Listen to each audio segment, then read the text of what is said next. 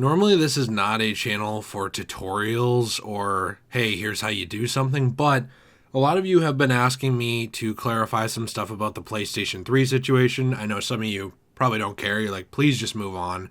But I do want to keep people in the loop on this, and there has been a lot of confusion about whether or not you can still download your games once the PlayStation Store shuts down.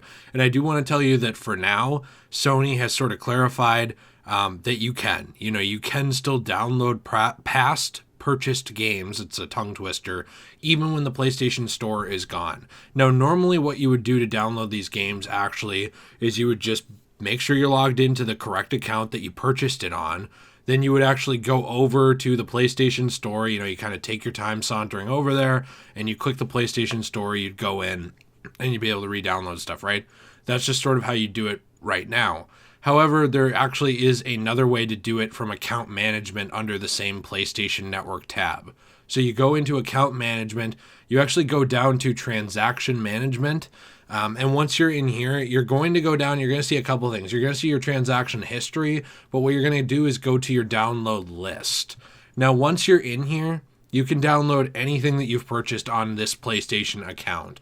The problem is what you're going to see is that it is not organized at all. It's just organized by how recently you bought it. So like, for example, I've been going through buying some old, more rare PlayStation 1 and PlayStation 3 games that you can't really find anymore before this store shuts down. And you're seeing me scroll through this stuff, and it's pretty much just kind of all in the order of how I acquired it. Like, I acquired some Tokyo Jungle stuff separately from the main game. If I wanted to re-download Dino Crisis, that was at like number 89. If I wanted to, download something really far back, I have 348 things on this list. Like Infamous 2 was number 234. There was really no actual full-on way to organize this. So that is one of the big problems with this.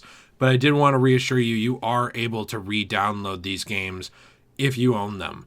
The one problem, again, is that with the CMOS battery and all this stuff, right, for now, the PlayStation Network connection is remaining despite the store going away. So we're fine there, right? But the problem is that once that CMOS battery dies, if the PlayStation Store is gone and you cannot, if the PlayStation Network connection to PlayStation 3 is gone, like let's say it's eventually terminated and you can't reconnect to that, you are essentially going to have to jailbreak your console in order to stop this issue from occurring where you are locked out of your digital games.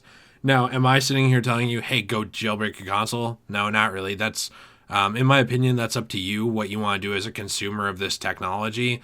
As is, if you do it right now, you stand a very good chance of being banned off of PlayStation Network.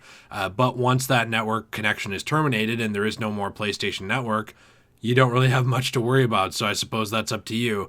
And I personally think that once you've paid for these, licenses in these games, despite their stupid EULA saying they can terminate it, you paid the money. So, however you want to keep those games. Again, up to you. Just throwing it out there, it's an option. I do really think that this is still a bad situation. I think that Sony is opening the door to a lot of piracy, especially for some of these older games.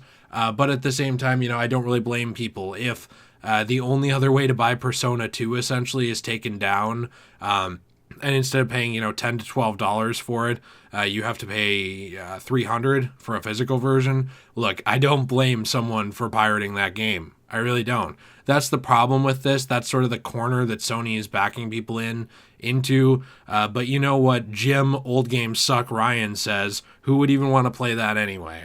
It's frustrating, but it's the situation Sony has created. I hope that this is helpful to you if you need to download a game either sometime in the future after the store has been terminated, or maybe right now, just to give you some peace of mind.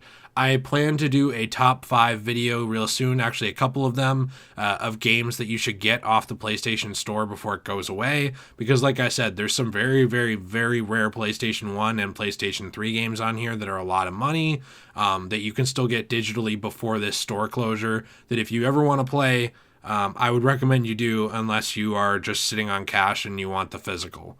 I, for one, bought something like Persona 2 because, again, I don't want to spend $300 on that one game. But we will be making those lists very soon. Thank you very much for watching. I hope you have a fantastic day. And as always, Stay shway, leave a like if you enjoyed, subscribe for more content, and I'll see you in the next one.